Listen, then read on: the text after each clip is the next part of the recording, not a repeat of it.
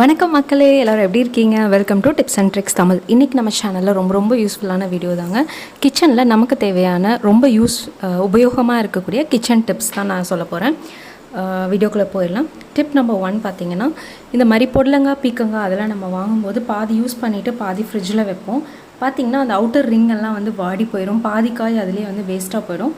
அதை அவாய்ட் பண்ணுறதுக்கு என்ன பண்ணலான்னு பார்த்தீங்கன்னா, இப்படி கட் பண்ண காயில் அலுமினியம் ஃபாயில் ஷீட் இருக்கு இல்லையா, அந்த அலுமினியம் ஃபாயிலை ஒரு குட்டியாக கட் பண்ணி நம்ம அந்த கரெக்டாக அந்த புடலங்காயோட கட் பண்ண பீஸ்க்கு சரியாக இருக்கிற மாதிரி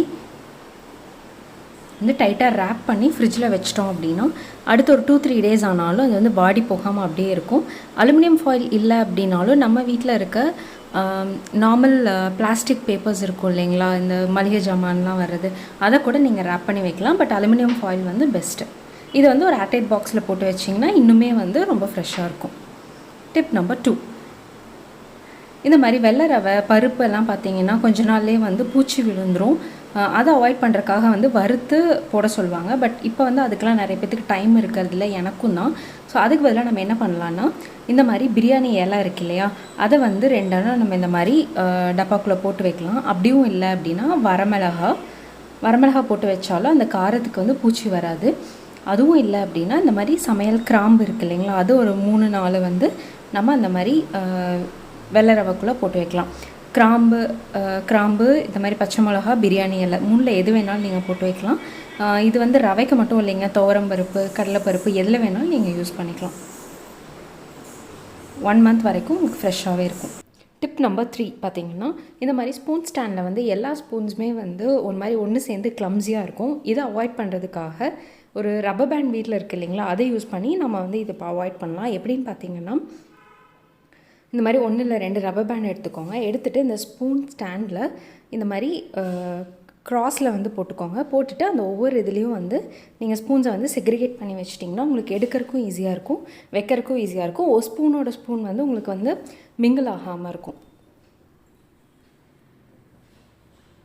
இந்த மாதிரி குட்டி ஸ்பூன்ஸ் தனியாக, கொஞ்சம் பெரிய ஸ்பூன் தனியாக நீங்கள் போட்டு வச்சுக்கலாம்.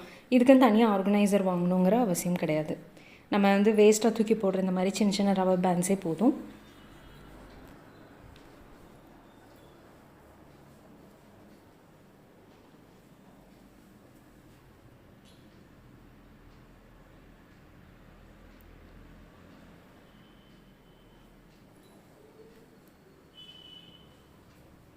ஈஸியாக இருக்குல்ல. டிப் நம்பர் 4, இந்த மாதிரி உடன் ஸ்பேச்சுலாஸ் எல்லாம் பார்த்தீங்கன்னா நம்ம யூஸ் பண்ண ஒரு மாதிரி ஃபங்கஸ் ஃபார்ம் ஆன மாதிரி ஆகிடும். அண்ட் அதோட ஷைனிங்கும் போயிடும். இதை அவாய்ட் பண்ணுறதுக்காக நம்ம உடன் ஸ்பேச்சுலா யூஸ் பண்ணதுக்கப்புறம் நீங்கள் இந்த மாதிரி குக்கிங் ஆயிலை அந்த ஸ்பூன் ஃபுல்லாக ஸ்ப்ரெட் பண்ணி வச்சிட்டிங்க அப்படின்னா அந்த ஃபங்கஸும் ஃபார்ம் ஆகாது. உங்களுக்கு கரண்டியுமே பார்த்திங்கன்னா எப்போவுமே புதுசு போல் ரொம்ப ஷைனிங்காகவே இருக்கும். இப்போ இது கொஞ்சம் ட்ரை ஆனதுக்கப்புறம் நம்ம ஹேங்கரில் மாட்டிடலாம். நெக்ஸ்ட் டிப் நம்பர் 5, நம்ம இந்த மாதிரி பிரியாணி எல்லாம் செய்யும்போது இல்லை இஞ்சி பூண்டு பேஸ்ட் அரைக்கும் போது பார்த்திங்கன்னா பூண்டு உரிக்கிறது ஒரு பெரிய வேலையாக இருக்கும். இப்போ ரொம்ப ஈஸியாக எப்படி பூண்டு உரிக்கலான்னு பார்த்தீங்கன்னா, இந்த மாதிரி வடச்சட்டி சூடானதுக்கப்புறம் உங்களுக்கு எவ்வளோ பூண்டு வேணுமோ அதை போட்டு நல்லா ட்ரை ரோஸ்ட் பண்ணிக்கோங்க. ஒரு 1 or 2 minutes பண்ணிங்கன்னா போதும். எந்த அளவுக்கு ரோஸ்ட் பண்ணோம் அப்படின்னா, நம்ம பூண்டு கையில் தொட்டால் அந்த சூடு நம்ம கையில் இருக்கணும். அந்த அளவுக்கு ரோஸ்ட் பண்ணிங்கன்னா போதும். ரொம்ப ரோஸ்ட் பண்ணாதீங்க, பூண்டு குக்காக ஆரம்பிச்சிடும். ஜஸ்ட் அந்த வெளியே இருக்க தோல் மட்டும் சூடானால் போதும். இப்போ நம்ம தொட்டோம் அப்படின்னா அந்த சூடு நம்மளால் கையில் பொறுக்கிற அளவுக்கு இருக்கணும். அந்த அளவுக்கு சூடு இருந்தால் போதும். இப்போ நம்ம ஆஃப் பண்ணிவிட்டு இப்படி உரிக்கும்போது பார்த்திங்கன்னா அதுவே ஆட்டோமேட்டிக்காக உங்களுக்கு உறிஞ்சு வந்துடும். அண்ட் பூண்டு உரிக்கும்போது அந்த பிசுன்னு கையில் ஒட்டும் இல்லைங்களா, அதுவுமே ஒட்டாது. இந்த மாதிரி நம்ம ஃப்ரை பண்ணிவிட்டு பூண்டு உரிக்கும்போது கண்டிப்பாக ட்ரை பண்ணி பாருங்கள். நெக்ஸ்ட் டிப் நம்பர் 6, இந்த பச்சை மிளகாலாம் நம்ம முழுசாக போட்டு வணக்கும்போது பார்த்திங்கன்னா டபன்னு வெடிக்கும்போது பக்கத்தில் இருக்கவங்க கண்ணிலலாம் கூட தெரிக்கிறதுக்கு சான்ஸ் இருக்குது. அப்படி இருக்கும்போது என்ன பண்ணலான்னா, இந்த மாதிரி ஃபோர்க்லேயோ இல்லை மைஹோதிலையோ ஒரு குட்டி ஹோல் போட்டுட்டு அப்புறம் நம்ம ஃப்ரை பண்ணோம் அப்படின்னா பச்சை மிளகா வெடிக்காது. இன்னொரு டிப், நம்ம பொடியாக பச்சை மிளகா கட் பண்ணும்போது கையெல்லாம் ரொம்ப எரியும். அண்ட் அந்த காரம் நம்ம கையில் இருந்துகிட்டே இருக்கும். அதுக்காக என்ன பண்ணணும்னா, நம்ம அரியருக்கு முன்னாடி கொஞ்சம் தேங்காய் எண்ணெய் ஏதாவது ஒரு எண்ணெய் கையில் தேய்ச்சிக்கிட்டு நீங்கள் கட் பண்ணிங்கன்னா அதை அவாய்ட் பண்ணிக்கலாம். டிப் நம்பர் 7, நம்ம வந்து வடை அந்த மாதிரியெல்லாம் வந்து கடலெண்ணெய் யூஸ் பண்ணும்போது வந்து எண்ணெய் வந்து அப்படியே பொங்கும், நமக்கு பால் பொங்குற மாதிரி பொங்கும். இது வந்து கடலெண்ணெய் யூஸ் பண்ணுறவங்களுக்கெல்லாம் தெரியும்னு நினைக்கிறேன். அதை அவாய்ட் பண்ணுறதுக்காக எண்ணெய் வந்து காயும் போது ஒரு குட்டி பீஸ் புளியை வந்து உள்ளே போட்டுருங்க. எண்ணெய் காய காய அந்த நுரையெல்லாம் வந்து இந்த மாதிரி அந்த புளி வந்து அப்சர்வ் பண்ணிக்கும். ஒன்ஸ் நுரை எல்லாம் அடங்கினதுக்கப்புறம் அந்த புளியை எடுத்து போட்டுட்டு நம்ம எப்பவும் போல் குக் பண்ணிக்கலாம்.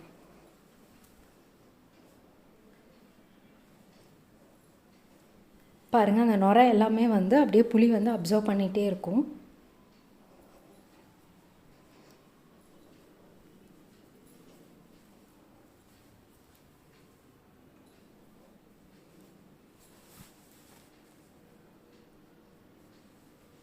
ஸோ ஒன்ஸ் நுரை எல்லாம் அடங்கினதுக்கப்புறம் அந்த புளியும் வந்து ஒரு மாதிரி கருகின மாதிரி ஆகிடும். எடுத்து நம்ம வந்து தூக்கி போட்டுடலாம்.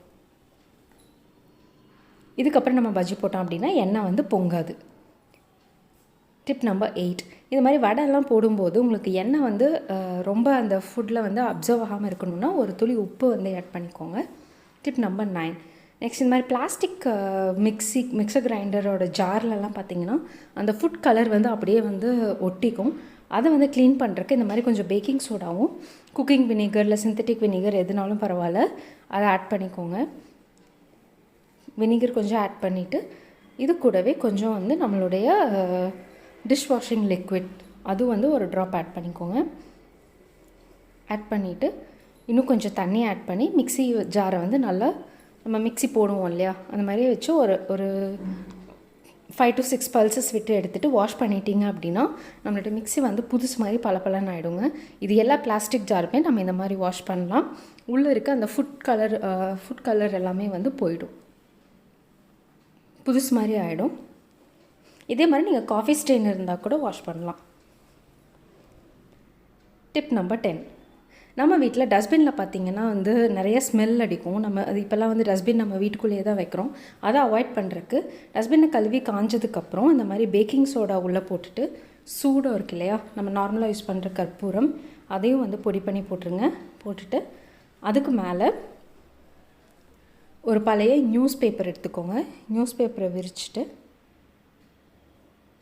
இது எதுக்கு போடுறோம் அப்படின்னா அது எக்ஸ்ட்ரா மாய்ஸ்சரை வந்து அப்சர்வ் பண்ணிக்கும். அண்டு பேக்கிங் சோடா வந்து உங்களுக்கு அந்த ஃபவுல் ஸ்மெல்லை வந்து கண்ட்ரோல் பண்ணிடும்.